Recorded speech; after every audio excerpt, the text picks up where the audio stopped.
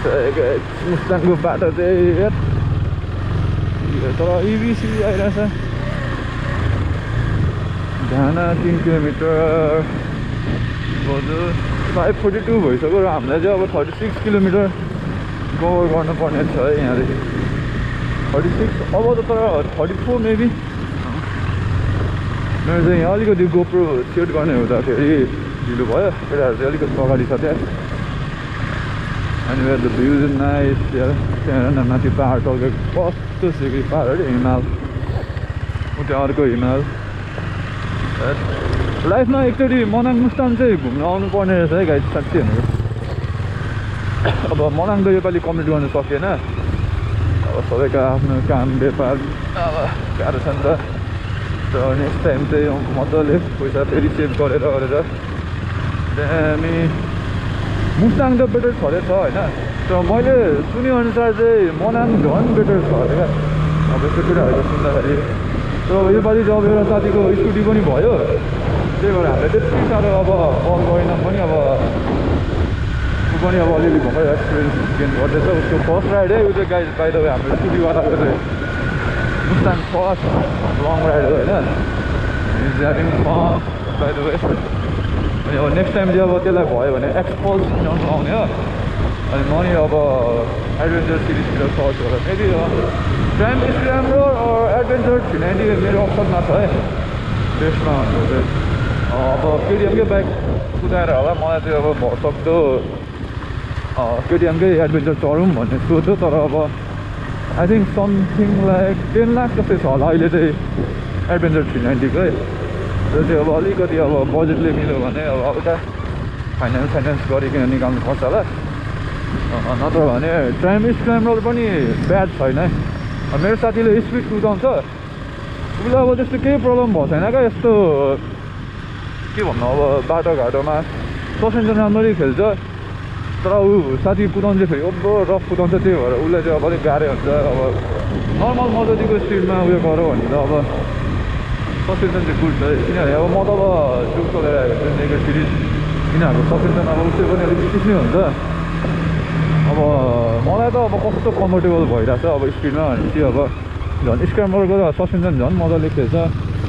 त्यही भएर स्क्राम्बलर पनि मेरो अप्सनमा छ राम्रो पनि छ अब अहिले बजेट पनि अब रेन्जमै छ अब 719 कि 729 त्यस्तै कति छ अब राम्रो हो नि त 400 cc अनि अब कति अब एडभेन्चर भन्दा 2 लाख 3 लाख जस्तो नै अब सस्तो आउँदैछ फेरि प्राइमको पनि अब नट अ ब्याड बाइक है अब मैले सुनेअनुसार चाहिँ अब रेपुटेड भएको ब्रान्ड नै हो अनि अब एडभेन्चर जस्तो त्यस्तो प्रब्लमहरू पनि मैले अब देखेको छुइनँ अब टिकटकतिर युट्युबतिर अब यस्तो कम्प्लेनहरू उनीहरूदेखि चाहिँ एडभेन्चर सिरिजहरूको चाहिँ मैले धेरै स्टार्टिङ प्रब्लम देखिसकेँ एडभेन्चर होइन यो नयाँ जेन 3 वालाहरू मेरो चाहिँ BS6 हो अहिलेसम्म चाहिँ त्यस्तो प्रब्लम फेस गर्नु परेको छैन है अब यता कस्तो भन्नु अब मुस्ताङको यस्तो बाटोहरू पनि दुईमा इजी छ इजी अलिकति 3मा नि कुदाउँथ्यो होला तर अब इन्जिन अब अलिक कस्तो भन्नु लगिङ हुन्छ क्या लज हुन्छ अनि त्यही भएर अलिअलि हुन्छ त्यही भएर अब इन्जिनले किन असर पार्दैन भनेर जस्तो त्यो 2 र 1मै खेलाइदिरहेको हुन्छु 3मा चाहिँ घरिघरि अब गियर सिफ्ट गर्नु झ्याउ लाग्यो भने मात्रै हो नत्र त भर्छ कि अब अलिकति उकालो 2मा इजी अब बाटो धेरै खल्ल्याङ खुल्लुङ आउँछ होइन यस्तो बेला चाहिँ ठक्क अब जस्तै कि ओह्रालो हेर्नु 1 मा सार्यो नट सो ब्याड मुस्ताङ म त अब स्कुटीवाला साथीलाई गाह्रै हुन्छ जस्तो लागेको थियो तर आई थिङ्क मेरो ओपिनियनमा चाहिँ अलिक बिगिनरहरू पनि सक्छ होला है आरामले नै बिगिनरै चाहिँ नभनौँ अब लगभग 1 वर्ष 6 महिना जस्तो मजाले तपाईँले स्कुटी बाइक कुदाउनु पर्छ भने आई थिङ्क यु क्यान अब यो गाह्रो भयो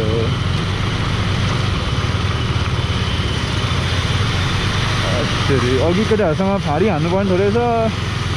अब यहाँ ट्रकले यसरी बाटो रोकिदिन्छ म पनि जानु पाउँदिनँ ट्रक पनि बिस्तारै अब हर्न बज्यो अगाडि अर्को गाडी आउँदैछ ट्रक ड्राइभरहरू पनि कुन त राम्रो हुन्छ साइड लाइटहरू दिन्छ यताउति हातले म त्यस्तो ड्राइभरहरू त दामी लाग्छ क्या अब यत्रो ठुलो गाडी हुन्छ अन्जानीमा केही भएन क्याचक्कै हुन्छ नि त तर अब उनीहरूले नै अब रेस्पोन्सिबल भएर अब साइड लाइटहरू दियो हर्न बजाइदियो यताउति भने त अब हामीलाई पनि त सजिलो हुन्छ नि त के हो मेरो साथीहरू हो कि क्या के होइन यहाँ चाहिँ यही हो मैले भनेको स्कुटीमा आएको साथी चाहिँ उसको चाहिँ फर्स्ट राइडर तर पनि उसले मजाले हानिरहेको छ तपाईँहरू बिगिनर हुन्छ भने सक्नुहुन्छ होला यहाँ चाहिँ हाम्रो स्पिड साथी के साथी किन रोकेको जाउँ न हजुर के जाउँ न के हो ए होस् लाग्यो सोद्धा भइगयो त सोद्धा भइगयो त दाइ मुस्ताङ जाने बाटो यही हो हुन्छ थ्याङ्क यू लागौँ लागौँ अब मलाई यस्तो चाहिँ लास्ट मन छ क्या अब अननोन मान्छेहरू हुन्छ नि ट्रिपमा गएकोहरू इन्टरेक्ट गर्दै बोल्दै जानु ओर्नु त्यस्तो दामी लाग्छ मलाई चाहिँ अब कस्तो बेग्लै एक्सपिरियन्स हुन्छ क्या नचिनेको मान्छेहरूसँग पनि अब बोल्दा अब सबैको आफ्नो स्टोरी हुन्छ अब यहाँको भर्खरहरूले त डाइरेक्सन मात्रै देखाउनु पर्यो तर लास्ट टाइम म पोखरा आउँदाखेरि एक्सपोज 200वालाले भेटेको थिएँ क्या हामी दुईजना चाहिँ कस्तो रेस खेल्दै ओर्दै अफ रोडमा एक्सपोज चाहिँ धुज्जा हान्छ मलाई अन रोडमा चाहिँ फेरि म कहाँ छोडिदिन्छु त्यस्तो अब साथीहरू भेटिन्छ क्या वरिपरि अब यसो अब बाइकिङहरूको कम्युनिटी राम्रो छ नि त अब कोही कोही त अब त्यस्तै छप्री नै हुन्छ भनौँ न तर अब मैले नेपालको कन्टेक्समा देखेको चाहिँ त्यति साह्रो मैले छप्रीहरू चाहिँ देखेको छुइनँ है अब बाइकरहरूमा मेरो विचारमा जसमा मैले देखेको छु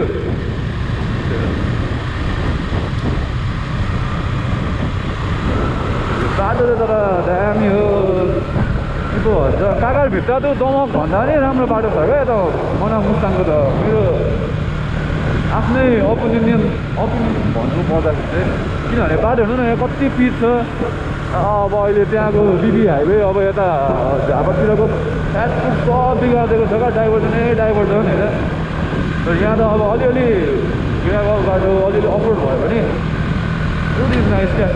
लगभग मेरो विचारमा अब त 90% नै बाटो राम्रो हो 90 कि 85 मेरो विचारमा चाहिँ अब साह्रो साह्रो यो गोब्रो अनअफ गर्नुहुन्छ र पातलो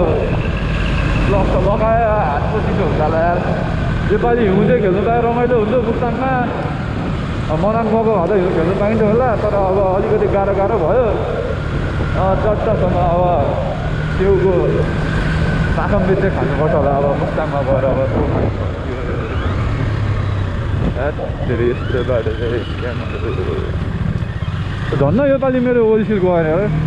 अस्तिको पालि त लेफ्ट साइडको ओइलसिल फुटेर थोडा बिजोग भएको थिएन दसैँको बेलामा त पोखरा आएको थियो झापादेखि अब बाटो कस्तो छ त अब यो गाइदिनु होइन ओइलसिल लेफ्टपट्टिको फुट्यो फेरि ठ्याक्क शनिबारको दिन अनि शनिबारदेखि अलिक उतातिर गरौँ भने आइतबार सोमबारतिर गरौँ भने पनि अब दसैँको छुट्टी कि के तिहारको छुट्टी थियो क्या त्यति बेला अनि सोरुमहरू पनि बन्द थोडा बिजोग भएन अनि त्यहीँको अब लोकल गाडीहरू यसो चिनजान गरेर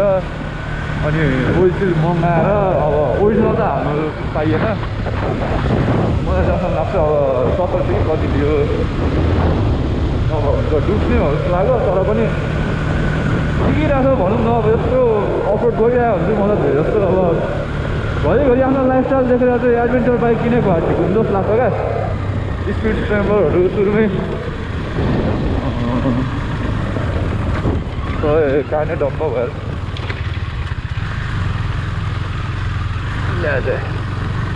इजी है गाइज इजी अफरोड हामीलाई तर क्रस चाहिँदैन है मन मात्रै हुनुपर्छ गाइज एडभेन्चर त सब त एक्सपिरियन्सको कुरा हो कि म चाहिँ के भन्छु नि आफ्नो बाइक हो अब आफूले कुन मनपर्छ त्यही किन्ने हो क्या अन्त सम्भवै छैन नेपालको बाटोमा स्पोर्ट बाइकमा अब पिज्जा मात्रै कुदाउँछु भनेर अब विदेशमा पो अब मान्छेको लाइफस्टाइलहरू कस्तो हुन्छ 2 दिन बाइक किनेको हुन्छ अब अफरोड जानुको लागि डट बाइक अनि अब लामो यात्रा अब एडभेन्चर बाइक अनि अब यसो अब नेगेड बाइकहरू सबैको आफ्नो क्याटेगोरी हुन्छ नि त नेपालमा त त्यसरी किन्नु सकिँदैन अब गाह्रो छ त्यही हो त अलिकति हामी छिटो आएको यो भ्यू कस्तो दामी देखिन्थ्यो होला यार अघिको मुभमेन्टहरू मैले क्याप्चर भयो कि भएन गोप्रोमा भर्खर चाहिँ क्याप्चर गर्नु खोजेको हो तर म अहिले भयो भने फुटेज रन गरिदिन्छु you guys will love it क्या कस्तो बबा छ क्या टक्क हिमालय अनि यता रोडहरू सट्ट साइडदेखि खोला बगेको गरेको दामी क्या अब माइक छैन है मेरो गाइज गोप्रोको त्यो यसो दुःख सुख अब सुने नसुने अब यस्तै हो अब अलिक पछि बजेट भएपछि अब राम्रो गोप्रो किन्नुपर्छ अनि माइक पनि अनि एउटा पावर ब्याङ्क चाहिँ चाहिने रहेछ हो ब्याट्री भन्दा पनि यो ब्याट्री मलाई फेरेर कामै छैन क्या एक्सचेन्ज गरेर कतिवटा ब्याट्री बोक्नु हो बरु एउटा 5000 एमएचको पावर ब्याङ्क किन्यो टक्क गोप्रोमा चार्जमा हाल्यो अनि गोप्रो रन गरेर पावर ब्याङ्कलाई चाहिँ यता के भरे पछाडिको ब्यागमा बोक्यो क्या टायरले कनेक्ट गरेर टायरले यो फेरि पिज आयो पिछपट्टि मखन छ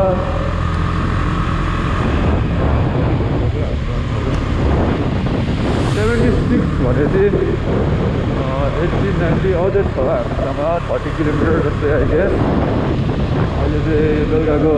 5:53 भइसक्यो 7 बजीसम्ममा चाहिँ हामी छिरेर मलाई यस्तै नेपालको झन्डा बोकेर जानु मन छ यार झन्डा माग्ने कि क्या हो पोखरामा अब ठाउँ पनि थाहा छैन किनौँ भने कहाँ किनौँ खोज्दा पनि भेटिनँ अब दामी नेपालको झन्डा बोकेर जानु पाए चाहिँ रमाइलो हुन्थ्यो